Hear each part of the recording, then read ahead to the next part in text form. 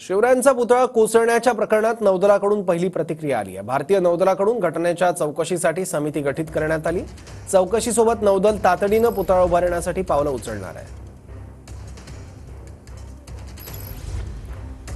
चौकशीसोबत नौदल आता तातडीने पुतळा उभारणार आहे। त्याचबरोबर या संपूर्ण घटनेची चौकशी देखील केली जाईल। आणखी माहिती घेऊ, आपले प्रतिनिधी भूषण पाटील आता आपल्यासोबत आहे। भूषण, काय काय पावलं उचलली जात आहेत नौदलाकडनं आता?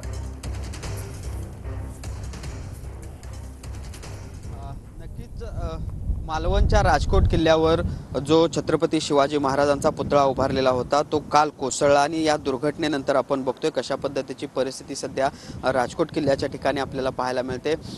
जो पुतळा पडलेला होता त्याचं साहित्य अशा पद्धतीनं हे बांधून ठेवण्यात आलेलं आहे। त्याच किल्ल्याबरोबरच किल्ल्याच्या बाजूला जी काही भिंत बांधलेली होती त्याची देखील पडझड आहे ती झाल्याचं आपल्याला पाहायला मिळते आणि त्यामुळे आपण बघू शकतो कशा पद्धतीनं किंवा किती मोठ्या प्रमाणावर ही सगळी दुर्घटना आहे ती झाल्याचं देखील पाहायला मिळते। आता या सगळ्या प्रकरणानंतर नौदलानं या सगळ्या संदर्भात आता महत्त्वाची भूमिका घेतलेली आहे। नौदलाचे काही अधिकारी या ठिकाणी पाहणीसाठी आज येण्याची शक्यता आहे ती वर्तवली जाते।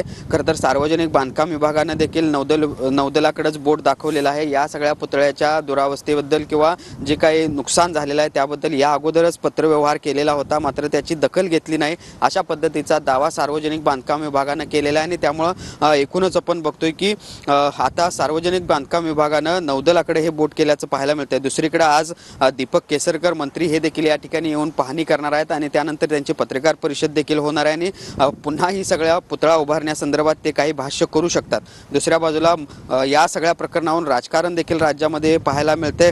महाविकास आघाडीनं महायुतीवर या सगळ्या मुद्द्यावरून जोरदार टीकेला सुरुवात केली। अनेक ठिकाणी राज्यभरामध्ये काल दुपारनंतर आंदोलन देखील झाल्याचं पाहायला मिळालं। आज काँग्रेस नेते सतेज पाटील देखील या ठिकाणी या सगळ्या परिस्थितीची पाहणी आहे ती करण्यासाठी येणार आहेत आणि त्यामुळं एकूणच आपण बघतोय की छत्रपती शिवाजी महाराजांच्या पुतळ्याची जी काही पडझड झाली तो मुद्दा एकूणच तापल्याचं पाहायला मिळतं आणि या सगळ्या प्रकरणी आता संबंधित ठेकेदार असतील आणि त्याचबरोबर आर्टिस्ट असतील किंवा इतर जे संबंधित घटक या संदर्भात होते त्यांच्यावर देखील गुन्हे दाखल केलेले आहेत। कालच पालकमंत्र्यांनी 2 महिन्यात हा पुतळा पुन्हा उभा केला जाईल अशा पद्धतीची आश्वासन देखील दिलेलं आहे आणि त्या अनुषंगानं काही पावलं देखील आता उचलली जात असल्याचं एकूणच आपल्याला पाहायला मिळते। मात्र आपण ही परिस्थिती बघू शकतो की कशा पद्धतीनं ही सगळे पडझड आहे ती झालेली आहे। पुतळा उभारताना या ठिकाणी भौगोलिक परिस्थितीचा विचार केला गेला नव्हता का अशा पद्धतीचा प्रश्न देखील आता उपस्थित झालेला आहे आणि त्यामुळे एकूणच आपण बघतोय ह्या सगळ्या मुद्द्यावरून आता राजकारण देखील तापल्याचं देखील पाहायला मिळतं। बरोबर भूषण, धन्यवाद या माहितीबद्दल।